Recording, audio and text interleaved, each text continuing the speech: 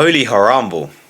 Jesus Christ. England have just drawn 0-0 with Ghana, and I'm recording this days later, and I still cannot understand what I have just watched. Because after all the excitement, the energy, and the swagger from the opener against Croatia, we got that. Because Ghana didn't just park the bus. They built a wall Donald Trump could have only dreamed of. They didn't defend deep, they defended spiritually. Which makes sense given apparently a witch doctor cursed Harry Kane. So, England fans, we need to have a chat. Hello everyone, welcome back to the channel. If you do go on to enjoy this video, please can you like the video and subscribe, it really does help me out. Now, let's talk about the 90-minute defensive meditation session that we all just witnessed. From minute 1, it was exactly what we expected. And somehow worse. England had the ball. A lot of it. 72% possession, 19 shots, of which only 7 were on target. Not to mention approximately 0.0001 square meters of space in that penalty area. Meanwhile, Ghana had 28% possession, 3 shots of which only 1 was on target. And 11 men behind the ball at all times. I swear even Jordan Ayew was basically playing centre back. At one point, I swear he was marking Harry Kane inside his own 6-yard box. And that's where the frustration started early, because England weren't being stopped by elite defending, they were being stopped by population density. This wasn't a low block, this was a human traffic jam. I mean, credit where credit is due, Ghana were not interested in aesthetics, they came for survival. And to be fair, they did that. Because every time England advanced, Ghana's defensive line dropped like it had been programmed. No high press, no risk, no chaos, just pure, you shall not pass energy. And when Ghana got the ball, they would counter-attack, all of which led to nowhere.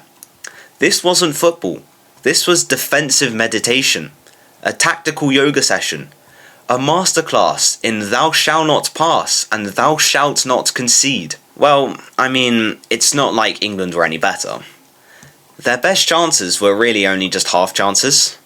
I genuinely think our closest chance of scoring might have been Rice's free kick. It went over the bar. Actually no. I'm being a little bit too harsh there. Nico O'Reilly did hit the bar. Then Harry Kane also missed a sitter in the 94th minute or something. It really did prove that he had been cursed. This was something I did allude to in the intro. But basically, Harry Kane was cursed by a Ghanaian witch doctor called Nana Kwaku Bonsam. I think that's how you say it. This is the same witch doctor who claimed responsibility for a Cristiano Ronaldo knee injury during the 2014 World Cup. For whatever that's worth. But apparently, he put a curse on Harry Kane so he would not score against Ghana. And given the fact that he didn't, I think it is fair to say that the curse worked. Though he did come close a few times. But I think that was basically the theme of the entire match. England almost scoring, which is something that they managed to do about 12 different times. But almost doesn't win matches, it just wins you possession stats and frustration compilations. So the second half begins now, and I was hoping that Thomas Tuchel had once again yelled at the England team during the halftime team talk, like he did against Croatia. And a part of me thought that he had, given that after halftime England did really crank up the intensity levels.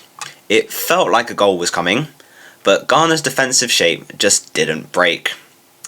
Every time England got near the box, it was like running into a brick wall that just kept on moving backwards. Even when Marcus Rashford came on, bringing with him more creativity and more tight space magic, the outcome was the same.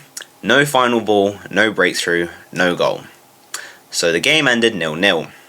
And that was when we got to the post-match interviews, where Declan Rice came out and said Ghana just put 11 men behind the ball and it was impossible to break them down. Now look, he's not wrong, but surely he must see the irony of those comments, because this was the exact same thing that Arsenal did for 2 hours against PSG in the Champions League final, and they still lost. Well, it's funny how football works, isn't it? When you do it, it's a tactical masterclass, but when it happens to you, it's anti-football. And now Rice and Reece James may also be injured for the next game, so we may also be in trouble. So what actually went wrong? It wasn't effort, it wasn't talent, it was structure. England tried to break down the low block with slow circulation instead of quick vertical play. They had too many touches, not enough movement in behind the defence, and not enough unpredictability to really open Ghana up. And Ghana were probably absolutely delighted with that. Every extra pass England played was just another second closer to full time. But in terms of numbers, it's really with the stats that do tell the whole story here. Because England dominated the ball. Over 70% possession, a high number of shots, and constant entries into the final third. They were in control of territory for large parts of the game. But control doesn't always mean danger. Very few of those moments ever turned into clear-cut chances. And that's where the frustration builds. Ghana, on the other hand, barely had the ball, they barely had any shots, and they barely had any attacking sequences at all. But they just didn't need them, because their defensive shape was absolutely outrageous. It was like trying to break into Fort Knox for England. And somehow, after all of that, the game finished 0-0.